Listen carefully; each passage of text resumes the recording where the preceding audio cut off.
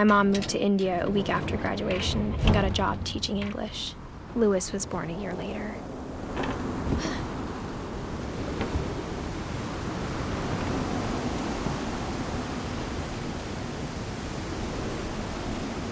When my dad died, I don't think Mom knew where else to go.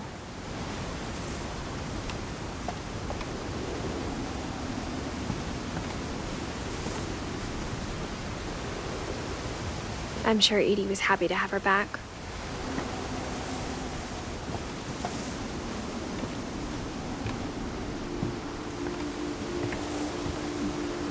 The house had to get a little bigger, but Edie was used to that.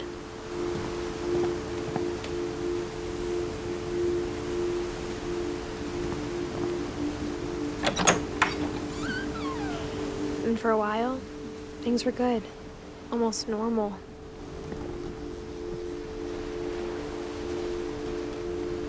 But it didn't last.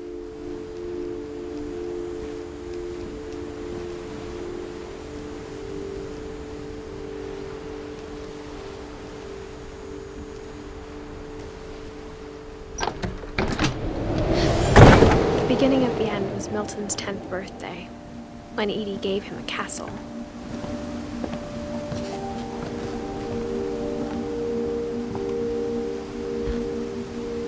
After Milton disappeared, the only thing he left behind was a room full of paintings.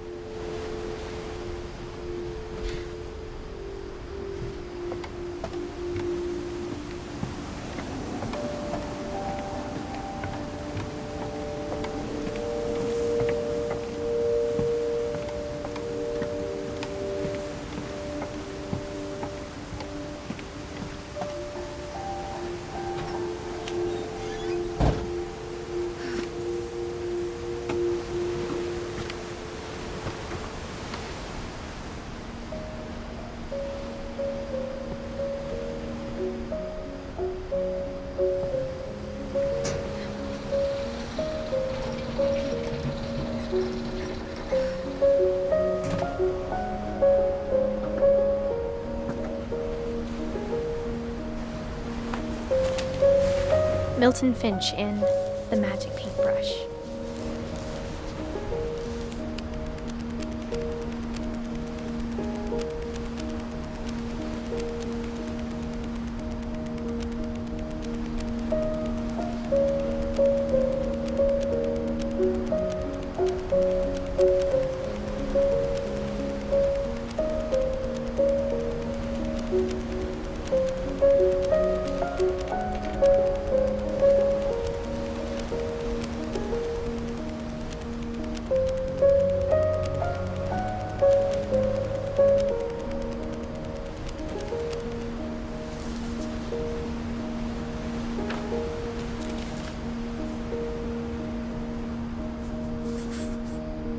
I was 4 when Milton disappeared.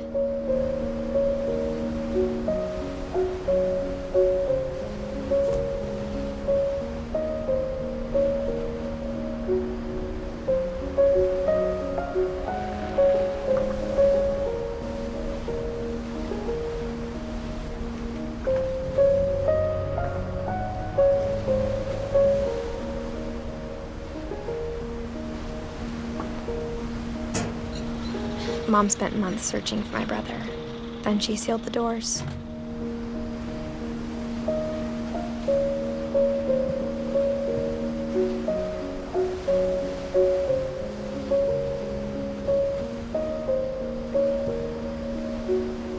Whatever Milton had found in the house, Mom didn't want it getting out.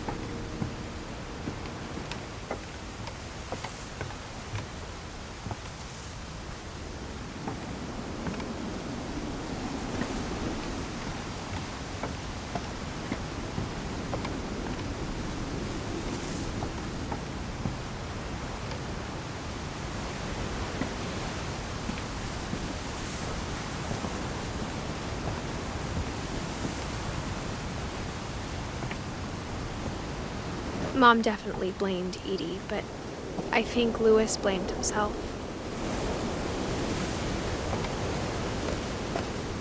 After he graduated, he just spent more and more time in his room, until Mom got him a job at the cannery.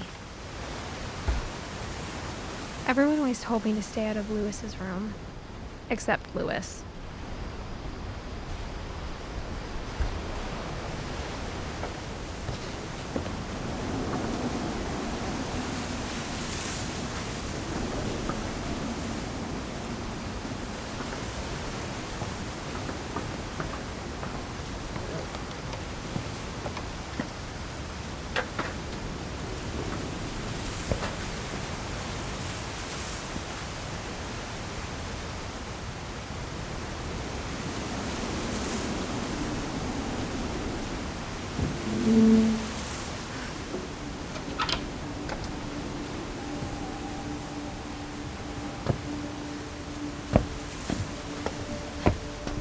Louis's room smelled very, very familiar. That part of him lived on.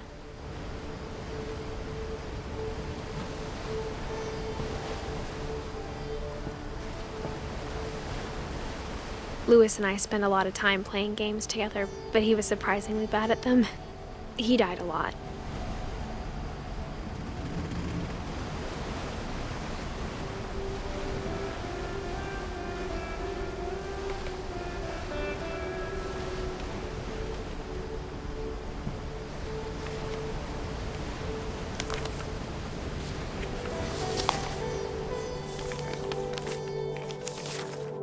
Dear Mrs. Finch, as Louis's psychiatrist, I can understand your desire for an explanation.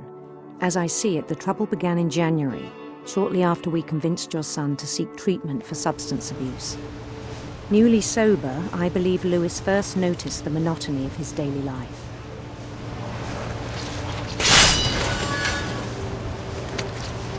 He kept working at the cannery, but he withdrew part of himself. In our sessions, I saw the same behavior. His mind began to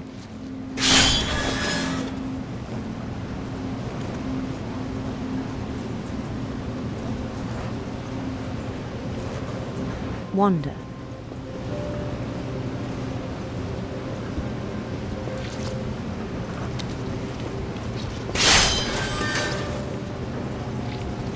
I asked him to describe it. He said he started small, imagining a labyrinth.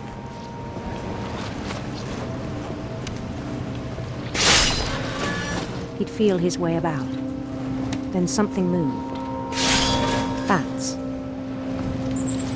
and toads.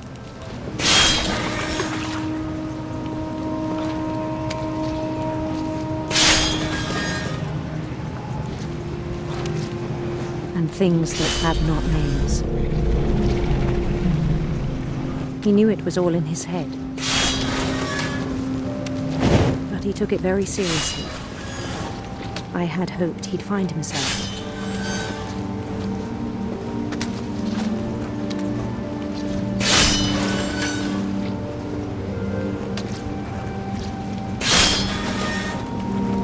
But he found something more. I worried about him then. Daydreaming at the cannery.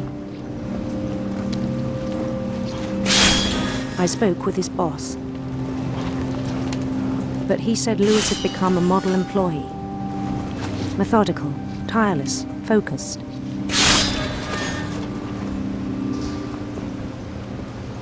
Like a whole new Louis. So I let him go on.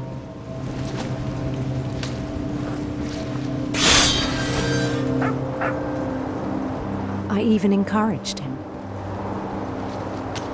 It seemed very promising at first. He told me he'd made a new friend.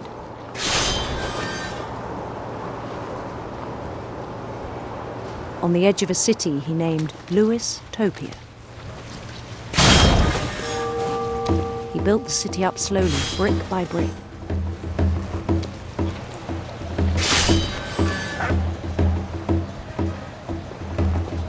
Then he made musicians.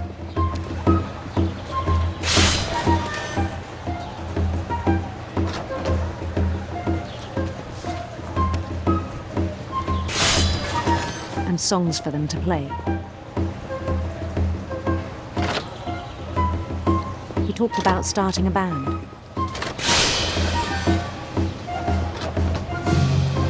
And he was always humming something. Every day his imagination grew stronger.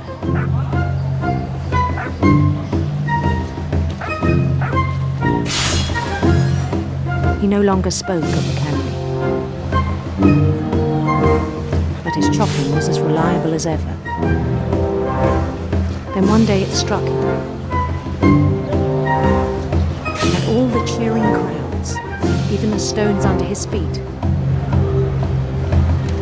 were all in his imagination, so he could do whatever he wished.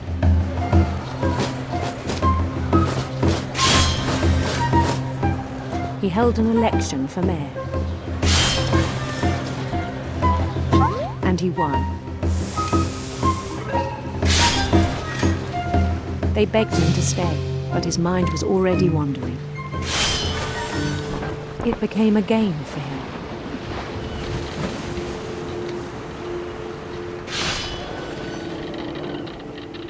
He'd conquer a city, then immediately push on.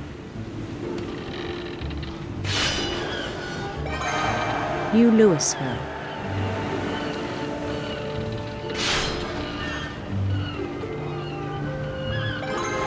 St. Louis. He started drifting away from our reality.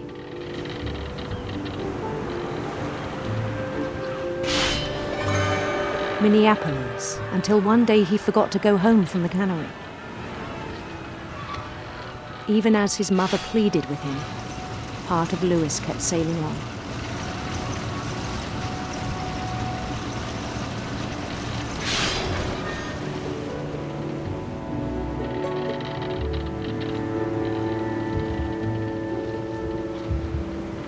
In Louisburg, he heard rumors of a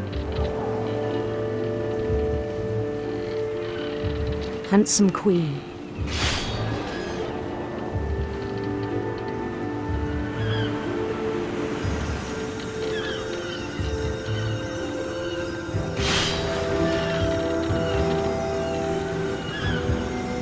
The queen was on her own quest for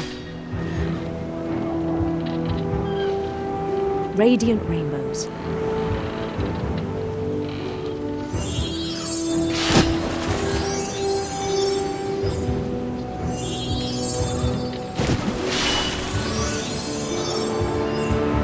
He followed the sound of her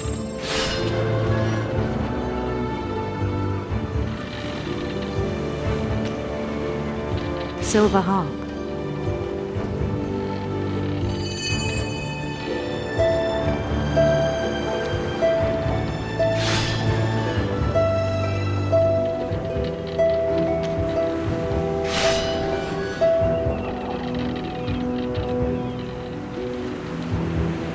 His chase led him to a golden palace east of the sun and west of the moon.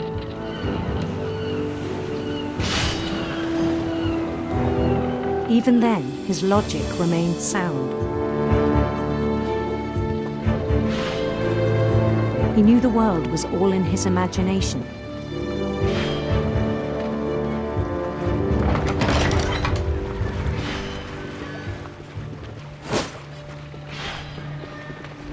But he was so proud of having created it.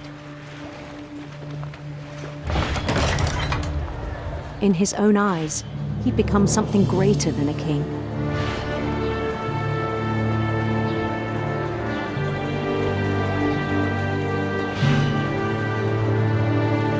For someone who'd never known success in the real world, I think it was overwhelming. And then it struck him that the real Louis was not the one chopping salmon, but the one climbing the steps of a golden palace.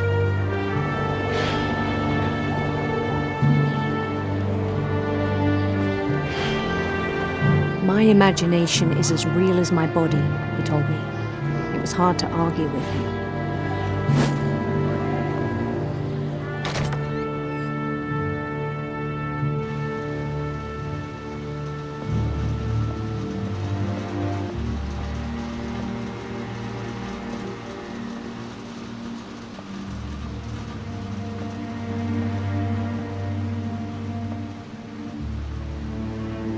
Began to forget the world we know.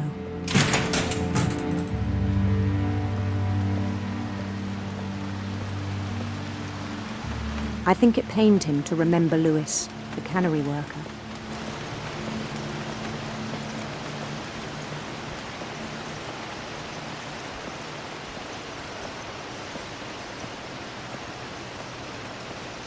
He began to despise the man with a royal contempt.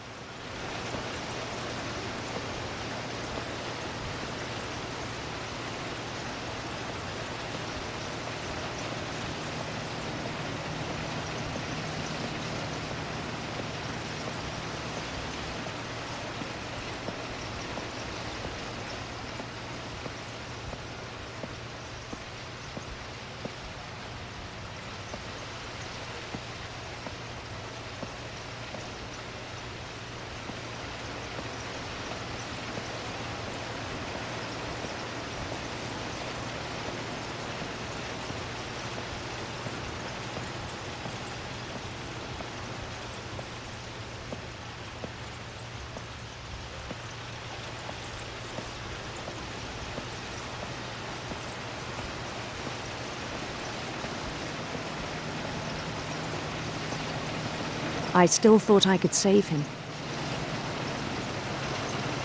Even after he said he was being crowned king over all the lands of wonder.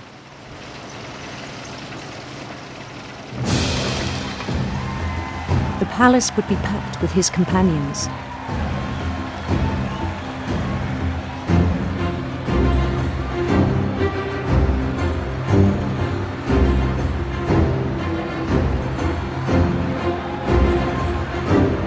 Including the wise Calico who'd insisted on advising him.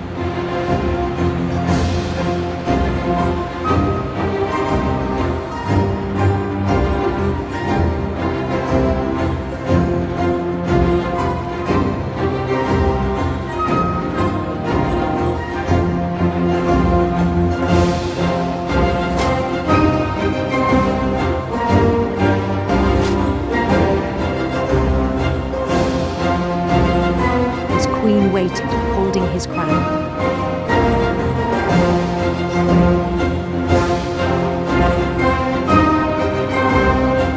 There was only one thing left to do.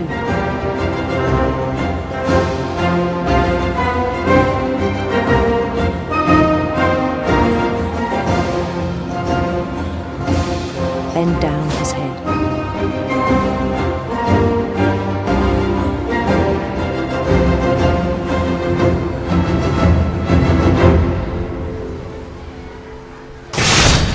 The rest I think you know.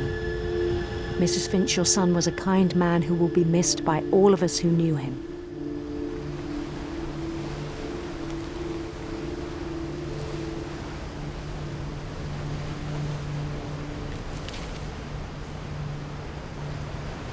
My brother was really cool. I wish you could have met him.